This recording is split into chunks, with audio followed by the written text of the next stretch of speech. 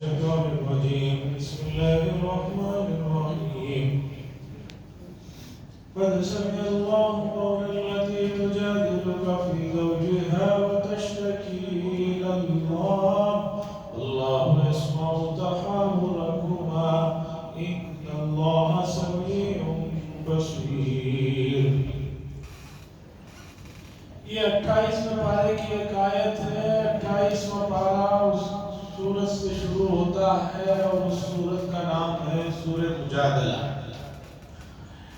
اس سورت کے اندر بہت سے معاشرتی اور اخلاقیات کے باب سے جڑے ہوئے احکام کو اللہ تبارک و تعالیٰ نے ذکر فرمایا.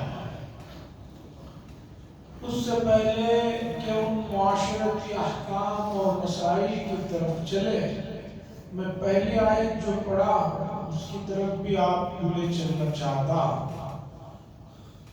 اور یہ بتانا چاہتا کہ اللہ تبارک و تعالیٰ کا علم کتنا کامل ہے، وہ ہماری ہر چیز سے کتنا زیادہ واقف ہے. اس سے اندازہ لگائیں. مدینہ منورہ میں ایک خاتون حضرت خولہ بن ثعلبہ رضی اللہ تعالیٰ عنہ، وہ آ کر رسول اللہ صلی اللہ علیہ وسلم سے اپنے شوہر سے متعلق کچھ واقعہ سناتے ہیں. ان کے شوہر نے ان کے ساتھ زہار کا معاملہ کر دیا تھا، اور زمانے جاہلیت میں زہار کوئی کر لیتا تو اس سے اس کی بیوی ہمیشہ کے لیے جدا ہو جاتی تھی، حرام ہو جاتی تھی. ان بحثوں میں گئے بغیر کہ زہار کیا ہے، پھر اس کا کیا تدارک ہے، میں واقعے کی طرف آتا.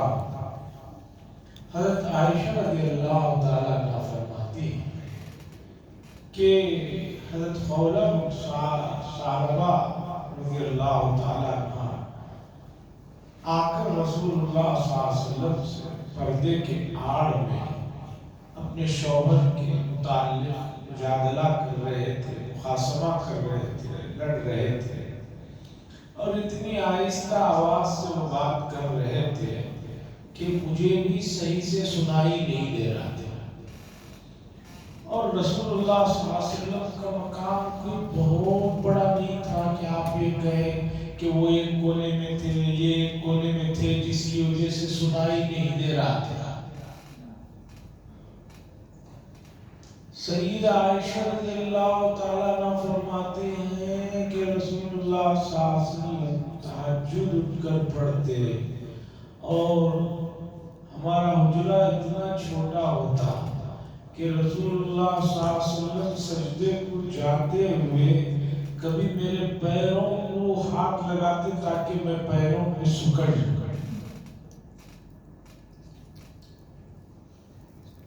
تو بہت بڑا مقام نہیں تھا کہ آپ یہ کہیں کہ حضرت عائشہ رضی اللہ تعالیٰ عنہ فرما رہی ہیں کہ مجھے آواز اس خاتون کی نہیں سنائی دے رہی تھی. بہت چھوٹا مقام تھا.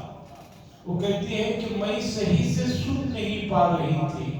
وہ جو خاتون اللہ کے رسول صلی اللہ علیہ وسلم سے اپنے شوہر سے متعلق جو شکایت لے کر آئے تھے، لیکن آسمانوں پر وہ بات سن لی گئی اور فوراً حضرت جبریل علیہ السلام آیت کریمہ لے کر نازل ہوتے ہیں. تحقیق کے قد سمع اللہ، تحقیق کے اللہ نے سن لیا ان خاتون کی بات جو آپ سے جھگڑا کر رہی تھی اپنے شوہر سے متعلق. یہ آیت بتا رہی ہے کہ ہم کچھ بھی کہنے سے پہلے اس بات کا خیال رکھیں کہ ہماری اس بات کی اطلاع اور رپورٹنگ آسمانوں میں ہو رہی ہے. جہاں یہ آیت ہمیں برائیوں سے رکنے کی طرف شدت سے یہ بات بتاتی ہے کہ کوئی بھی چیز ہماری نکلی ہوئی محفوظ نہ ہو، ایسا نہیں ہے. ما يلفظ من قول الا لديه رقیب عتید، جو لفظ بھی تم نکالو گے اس کی نگرانی ہو رہی ہے، نگہبانی ہو رہی ہے، اسے لکھا جا رہا ہے۔ وہی آیت بتا رہی ہے ہم اللہ کو پکاریں جہاں پکاریں، ایسا نہیں ہے کہ اس کی اطلاع نہیں ہو رہی ہے، ہمارا پکارنا بھی اللہ تبارک و تعالیٰ سن رہے ہیں۔ اس لیے آپ گاڑی چلاتے ہوئے اللہ کو یاد کریں، کوئی سفر میں یاد کریں، سب اس کی رپورٹنگ ہو رہی ہے۔ مایوس مت ہوئیے کہ آپ نے جو کچھ اللہ کو یاد کیا وہ محفوظ نہیں ہے، نہیں، سب چیزیں محفوظ ہیں۔ حدیث میں آتا ہے قیامت کے دن زمین کا وہ ٹکڑا بھی اللہ کی یہاں شہادت دے گا جس پر آپ نے نماز پڑھی۔ عربوں میں ایک چیز میں نے بڑی اچھی دیکھی، بہت سفر کیا ان کے ساتھ، بس میں کار میں سفر کر رہے ہیں، راستے میں کسی وجہ سے راستے میں روڈ میں اترے، فوراً جو ہے جانی نماز تو ساتھ رہتی ہے، وہی روڈ پر کھڑے ہو کر 2 رکعت نماز پڑھ لیں تاکہ زمین کا یہ ٹکڑا بھی اللہ کے یہاں گواہ ہے۔ بہرحال یہ تو ہوا یہ مسئلہ۔ اب آئیے معاشرتی مسائل کی طرف۔ دیکھیے یہ بات تو طے ہے کہ اسلام صرف عبادت کا نام نہیں ہے کہ آپ مسجد میں عبادت کر لیے، باقی باہر کی دنیا میں آپ آزاد ہیں، جو چاہے کرے جیسے چاہے کرے، نہیں۔ اسلام نام ہے مجموعے کا، اس میں پہلے نمبر پر عقائد ہیں، دوسرے نمبر پر عبادات ہیں، تیسرے نمبر پر معاملات ہیں، چوتھے نمبر پر معاشرت ہے، پانچویں نمبر پر اخلاقیات ہے۔ امام ابو حنیفہ علیہ الرحمہ کے مشہور شاگرد امام محمد رحمہ اللہ بڑے درجے کے امام تھے، اور امام ابو حنیفہ علیہ الرحمہ کی تمام تحقیقات کو کتابوں میں جمع کر کے ہم تک جو پہنچا ہے وہ انہی کا کارنامہ ہے امام محمد رحمہ اللہ کا۔ انہوں نے بہت کتابیں لکھی۔ لوگوں نے ان سے ایک مرتبہ پوچھا کہ آپ نے تصوف پر کوئی کتاب کیوں نہیں لکھی؟ آپ نے تصوف پر کوئی کتاب کیوں نہیں لکھی؟ اب تصوف کیا ہے تھوڑا وہ بھی سمجھ جائے، پھر بات سمجھنے میں آسانی ہوگی۔ پتہ چلا کہ تصوف ہی نہیں سمجھے، پھر آگے کا مسئلہ کیا سمجھے؟ تصوف کو سمجھانے کے لیے مجھے سب سے پیاری بات حضرت شیخ الحدیث مولانا زکریا صاحب قدس سرہ کی ہے۔ بڑے درجے کے آدمی تھے، سہارنپور میں رہتے تھے، ان کے دوست تھے، غالباً ان کا نام حبیب الرحمن کچھ تھا، وہ بھی بڑے درجے کے عالم تھے۔ وہ سیاست میں بہت لگے ہوئے تھے اور وہ تصوف کو مانتے نہیں تھے۔ ایک روز وہ آئے حضرت مولانا شیخ الحدیث زکریا صاحب کے یہاں، دوستی تھی، بے تکلفی تھی، ساتھ مل کر پڑھے تھے، ہم عمر تھے، ہم جماعت۔ آ کر کہنے لگے کہ میں رائے پور جا رہا ہوں۔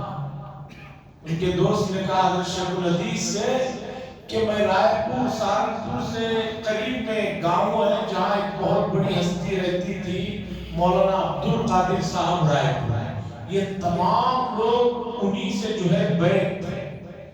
تو حضرت شیخ کے دوست نے کہا کہ رائے پور جا رہا ہوں، کل صبح واپس آؤں گا، اور ایک سوال تمہارے پاس چھوڑ کر جا رہا ہوں، کل واپس آؤں گا، تب تک اس کا جواب سوچ کر رکھنا۔ توجہ سے سنیں، علمی بات ہے، تھوڑی توجہ ہٹے گی مسئلہ نہیں سمجھ میں آئے۔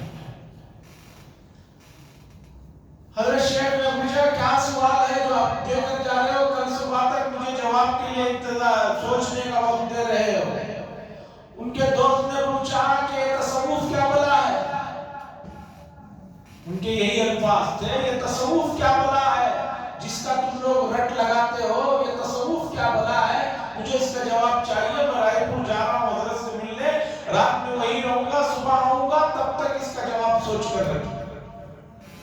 اللہ حضرت شیخ العزیز مولانا زکریا صاحب قدس سرہ کو جزائے خیر دے، بڑے آدمی تھے اور اللہ نے علم کا سمندر سمجھیے کہ ان کے اندر جمع کر دیا تھا۔ اتنے محنتی آدمی تھے، اتنے محنتی آدمی تھے۔ اوجز المسالک ایک کتاب ہے جو مشہور حدیث کی کتاب موطا امام مالک کی شرح ہے، 14 سال تک انہوں نے اس کتاب کو لکھا ہے اور پورے 14 سال عشاء بعد بیٹھتے تھے، فجر ہی اٹھتے تھے۔ اس درمیان میں سوائے مولانا حسین احمد مدنی کے کسی کو ملاقات کی بھی اجازت نہیں۔ بڑے درجے کے آدمی تھے، علم کا سمندر تھے۔ حضرت شیخ العزیز مولانا زکریا صاحب نے کہا بھائی اس بات تک کیوں ابھی جواب سنتے ہوئے چلے جاؤ؟ دوست سے کہا جو تم نے پوچھا تصوف کیا بلا ہے، اس کا جواب ابھی سنتے ہوئے چلے جاؤ، اس بات تک کا کیوں میں انتظار کروں؟ انہوں نے کہا تصوف نام ہے، تصوف نام ہے جس کی شروعات ہوتی ہے انما الاعمال بالنیات، کہ آدمی اپنی نیت کو درست کرے۔ تصوف نام ہے، اس کی شروعات نیت کو درست کرنے سے ہوتی ہے کہ آدمی اپنی نیت کو درست کرے کہ ہر کام اللہ کے لیے کر رہا ہوں اور اللہ کے لیے ہے، دکھاوے کے نہیں، دوسروں کے لیے نہیں، تیسروں کے لیے نہیں۔ ابتدا یہ ہے کہ آدمی نیت درست کرے، اور تصوف کی انتہا یہ ہے ان تعبد اللہ کأنک تراہ فإن لم تکن تراہ فإنہ یراک، کہ تم اللہ کی عبادت ایسے کرو جیسے تم اللہ کو دیکھ رہے ہو، یا نہیں یہ درجہ تمہیں نہیں حاصل ہو رہا تو کم از کم یہ سوچو کہ اللہ تمہیں دیکھ رہا ہے۔ یہ تصوف کی انتہا ہے۔ ان کے دوست جو بہت قریبی دوست تھے، جو پوری زندگی تصوف کے منکر تھے، شیخ کا جواب سنا اور اس کے بعد انہوں نے کہا میں نے تو تم یہ کہو گے تو میں یہ کہوں گا، تم یہ کہو گے تو میں یہ کہوں گا، اتنا سارا دماغ میں لے کر آیا تھا، تم نے تو 2 لفظوں میں تصوف کو سمجھا دیا۔ اب کوئی اس پر نہ مجھے اطلاع دے، نہ اس پر کوئی سوال۔ یہ ہے تصوف کہ نیت درست ہو جائے اور اس درجے میں آدمی پہنچ جائے کہ ہر کام کرتے ہوئے سوچے کہ میں اللہ کو دیکھ رہا ہوں۔ وہ نہیں کر سکتا تو حدیث میں ہے کہ اللہ تمہیں دیکھ رہا ہے، اتنا تمہیں آ جائے، یہ ہے آخری انتہا۔ بخاری کی حدیث ہے، پہلی حدیث ہے۔ تو لوگوں نے پوچھا امام محمد رحمہ اللہ سے کہ آپ نے تصوف پر کوئی کتاب کیوں نہیں لکھی؟ تصوف تو معلوم ہو ہی گیا ہوگا کچھ۔ اب آپ کہیں گے کہ بھی یہ 2 باتیں تو پھر تصوف میں ذکر کیوں کرایا جاتا ہے، مراقبہ کیوں کرایا جاتا ہے؟ اس مرحلے تک پہنچنے کے لیے وہ جو ہے سیڑھیاں ہیں، اس مرحلے تک پہنچنے کے لیے سیڑھیاں ہیں۔ بہت پہلے ہم نے بچپن میں دیکھا، آپ خدا جانے ایسا ہوتا ہے، بہت سارے لوگ اپنے بچوں کو ٹیلر کے پاس لے جا کر چھوڑتے تھے کہ بھی ٹیلرنگ سکھا دو۔ تو ٹیلر حضرات کیا کرتے تھے، میں نے دیکھا ہے بچپن میں، 2 کاڑیاں رکھ دیتے ہیں بچے کے سامنے کہ ایک کاڑی اٹھاؤ ادھر رکھو، یہ اٹھاؤ ادھر رکھو، یہ اٹھاؤ ادھر رکھو۔ سوئی کی پریکٹس کاڑی سے شروع کرواتے تھے۔ جو پرانے ٹیلر ہیں ان کو پوچھ لیجیے، آج کل تو ریڈی میڈ کا زمانہ ہے، اس لیے یہ جھنجھٹ بھی نہیں ہے، معلوم بھی نہیں ہوتا۔ تو تصوف کی ابتدا اور انتہا یہ ہے، اس کے لیے ذکر بتایا جاتا ہے کہ تیسرا کلمہ اتنے مرتبہ پڑھو، چوتھا کلمہ اتنے مرتبہ پڑھو، درود اتنے مرتبہ پڑھو، مراقبہ کرو، تھوڑی دیر بیٹھو، سر جھکاؤ، بالکل اپنے آپ کو سوچو کہ میں اللہ کے قریب بیٹھا ہوں، مجھے یہ سب اس کے مرحلے ہیں اور اس کا خلاصہ وہی ہے کہ آدمی کی نیت صحیح ہو جائے اور اس مرحلے میں پہنچ جائے۔ لوگوں نے پوچھا حضرت امام محمد سے کہ تصوف پر کیوں کتاب نہیں لکھی؟ انہوں نے کہا لکھا تو ہوں۔ لوگوں نے کہا کہ حضرت کہاں لکھے ہیں، ہمیں تو معلوم نہیں کون سی کتاب لکھے ہیں۔ تو حضرت امام محمد نے کہا کتاب البیوع، خرید و فروخت پر اسلامی جو احکامات آتے ہیں وہ جو کتاب لکھا ہوں وہی تصوف کی کتاب ہے۔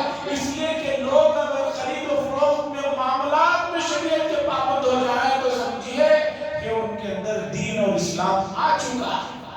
تو ہم لوگ کیا سمجھتے ہیں کہ دین بس روزے کا، نماز کا، ذکر کا، اذکار کا نام ہے، باقی جو باہر شعبے ہیں اسے ہم دینی نہیں سمجھتے۔ حالانکہ رسول اللہ صلی اللہ علیہ وسلم نے فرمایا اماطۃ الاذی عن الطریق ایمان کا درجہ ہے، راستے میں تکلیف دینے والی چیز کو اٹھا کر پھینکنا یہ بھی ایمان کا حصہ ہے۔ الایمان بضع وسبعون شعبہ، اولها یا اعلیها لا الہ الا اللہ وادناها اماطۃ الاذی عن الطریق، بخاری کی روایت ہے۔ ایمان کے 70 سے زیادہ شعبے ہیں، پہلا نمبر کلمہ لا الہ الا اللہ ہے، اور ایمانی کا ایک حصہ ہے کہ جو ہے راستے میں گری پڑی چیزوں کو اٹھانا یہ بھی ایمان ہے۔ تو آئیے سورہ مجادلہ کی طرف، جس میں اللہ تعالیٰ نے معاشرتی احکام بیان کیا۔ سب سے پہلے اللہ نے فرمایا کہ اگر تم 3 آدمی بیٹھ کر سرگوشی کر رہے ہیں، آہستہ آہستہ کان میں بات کر رہے ہیں، تو تم دین نہیں ہو۔ ما يكون من نجوى ثلاثة إلا هو رابعهم، چوتھی ذات اللہ کی ہے، اللہ کو اس کا علم ہو رہا ہے، تم تینوں بیٹھ کر جو سرگوشی کر رہے ہیں۔ ولا خمسة إلا هو سادسهم، اور تم 5 بیٹھ کر سرگوشی کر رہے ہو کسی کونے میں، یا سمجھو کہ صرف ہم 5 کر رہے ہیں لیکن چھٹی ذات اللہ کی ہے۔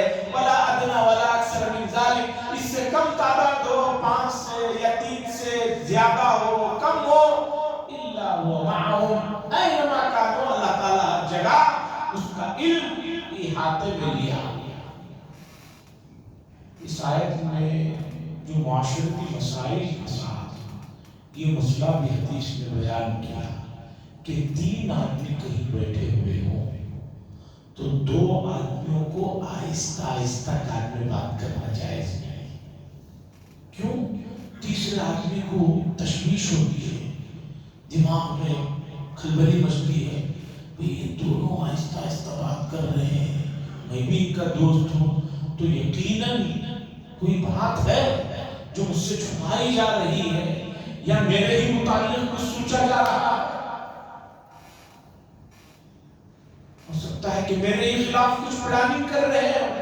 حدیث نے کہا کہ 3 آدمی ہیں، اجازت نہیں ہے کہ 2 آدمی سرگوشی کریں اس میں۔ ہاں تمہیں کوئی خاص بات کرنا ہے تو اس مجلس سے اٹھ جاؤ، محفل سے اٹھ جاؤ، دوسرے موقع پر کرو۔ اسی طرح رسول اللہ صلی اللہ علیہ وسلم نے فرمایا کہ تم لیٹے ہوئے ہو، آنکھ تو بند ہے لیکن کان کھلے ہیں، نیند نہیں لگی ہے، کوئی آدمی تمہارے پاس 2 آدمی بیٹھ کر بات کر رہے ہوں تو فوراً اس بات کی انہیں اطلاع کر دو کہ بھئی میں جاگ رہا ہوں، سو نہیں رہا ہوں۔ ہو سکتا ہے وہ کوئی بات کرنا چاہتے ہیں جو تمہیں نہیں سنانا چاہتے اور تم سونے کی ایکٹنگ کر کے پڑے ہوئے ہو، تو شریعت نے کہا فوراً اطلاع کر دو، نہیں کرو گے تو یہ خیانت ہے، گناہ کبیرہ کی فہرست میں۔ آگے چلیے سورہ مجادلہ میں مسلمانوں میں، معاشرے میں ایک دوسرے کا احترام، ایک دوسرے کی محبت کیسے ہونا چاہیے، اس کے لیے کیا کرنا چاہیے۔ اللہ نے فرمایا یا ایھا الذین آمنوا اذا قیل لکم تفسحوا فی المجالس فافسحوا یفسح اللہ لکم، کہ مجلس میں بیٹھے ہوئے ہیں، 4 5 10 15 آدمی بیٹھے ہوئے ہیں، کوئی آدمی آتا ہے اور تمہیں کہا جاتا ہے کہ بھئی ایک آدمی اور آئے ہیں، ان کے لیے جگہ بناؤ، تو تم سب لوگ تھوڑا سا سکڑ تھوڑا کشادہ ہو کر اس آدمی کے آنے والے آدمی کو جگہ بنا کر دو تو اسے لگے گا کہ ان سب لوگوں کی نظروں میں میری عزت ہے، وقار ہے، مقام ہے، اسی لیے مجھے دیکھ کر جو ہے یہ لوگ تھوڑا جگہ بنا رہے ہیں۔ قرآن میں دیکھیے معاشرتی احکامات، اللہ نے فرمایا تم اس کے لیے جگہ کشادہ کرو گے تو اللہ تمہارے لیے جنت میں جگہ کشادہ کرے گا۔ اسی طرح 5ویں پارے میں اللہ نے فرمایا وَإِذَا حُيِّيتُم بِتَحِيَّةٍ فَحَيُّوا بِأَحْسَنَ مِنْهَا أَوْ رُدُّوهَا، کوئی تمہیں سلام کرے تو بدلے میں تم اس سے اچھا جواب دو۔ اس نے السلام علیکم کہا، تم کہو وعلیکم السلام ورحمت اللہ۔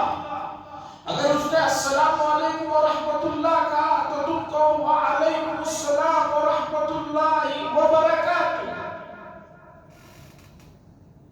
رسول اللہ صلی اللہ علیہ وسلم نے فرمایا اس نے سلام کیا، اس کا جواب مسکرا کر دو، ایسا چہرہ مت بناؤ کہ وہ آدمی دیکھ کر ڈر گیا ہے، مسکراہٹیں کم ہوتی چلے جا رہی ہے۔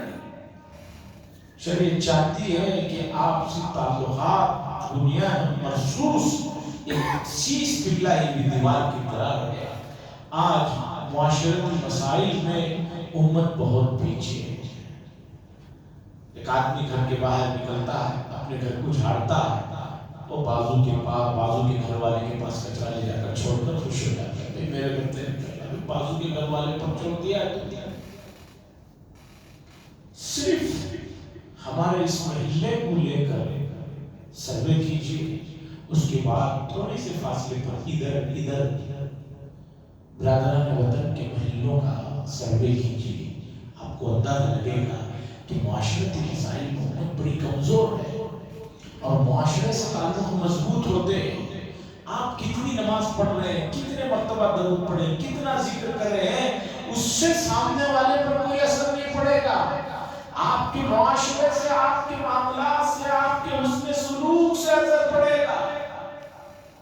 بے شمار واقعات میں اس طرح کے سنا چکا ہوں کہ جس میں غیروں نے گزرے ہوئے زمانے میں امت مسلمہ کے معاشرتی انداز کو دیکھ کر انہوں نے ایمان قبول کیا ہے، کوئی ان پر زور زبردستی نہیں۔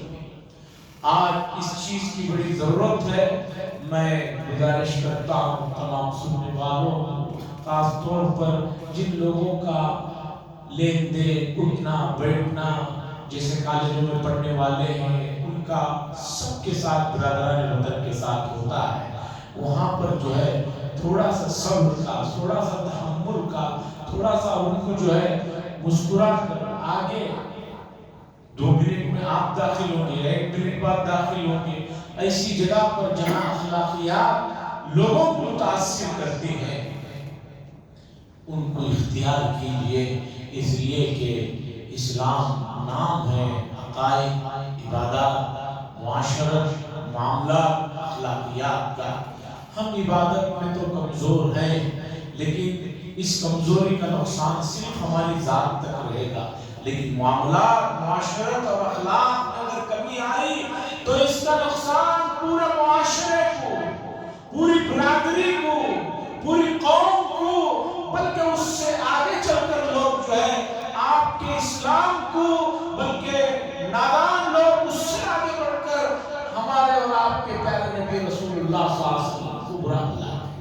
اسی لیے قرآن نے کہا وَلَا تَسُبُّوا الَّذِينَ يَدْعُونَ مِن دُونِ اللَّهِ فَيَسُبُّوا اللَّهَ عَدْوًا بِغَيْرِ عِلْمٍ، لوگوں کے بتوں کو، غیر کو بھلا بھلا مت کہو، کیوں؟ وہ بدلے میں پلٹا کر تمہارے رب کو گالی دیتے ہیں۔ تو معاشرتی چیزوں میں بہت سدھار کی ضرورت ہے، اور انشاءاللہ العزیز یہ سدھار آئے گا اگر ہم تھوڑی سی ہمت کریں، تھوڑا سا رمضان میں جیسے صبر کا مظاہرہ کرتے ہیں، جیسے ایک دوسرے کو ترجیح دیتے ہیں، افطار کے موقع پر، سحری کے موقع پر جو اخلاقیات کا مظاہرہ آپس میں ہوتا ہے، اس سے تھوڑا سا سبق لے کر اس چیز کو باہر بھی غیروں کے بھی ساتھ ملائیں، اور قرآن میں جو معاشرتی احکام مسائل بھرے پڑے ہیں ان کو بھی دیکھ لیجئے کہ معاملات پر قرآن کی سب سے بڑی آیت 3 پارے میں جو ہے وہ معاملات پر مشتمل ہے۔ سورہ بقرہ کی سب سے بڑی آیت عبادت سے متعلق نہیں، عقائد سے متعلق نہیں، معاملات سے متعلق ہے۔ اس کا اندازہ ہوا کہ معاملات بڑے اہم ہیں، اگر معاملات صحیح نہ ہو تو پورا معاشرہ بکھر کر رہ جاتا ہے، دشمنی آ جاتے ہیں، تعلقات خراب ہو جاتے ہیں۔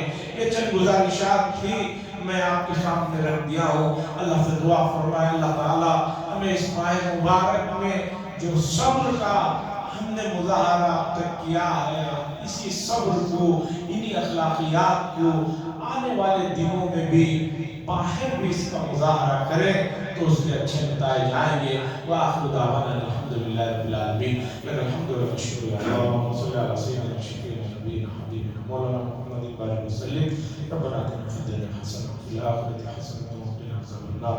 صلی اللہ تعالی وسلم علی خیر محمد وعلی آلہ وصحبہ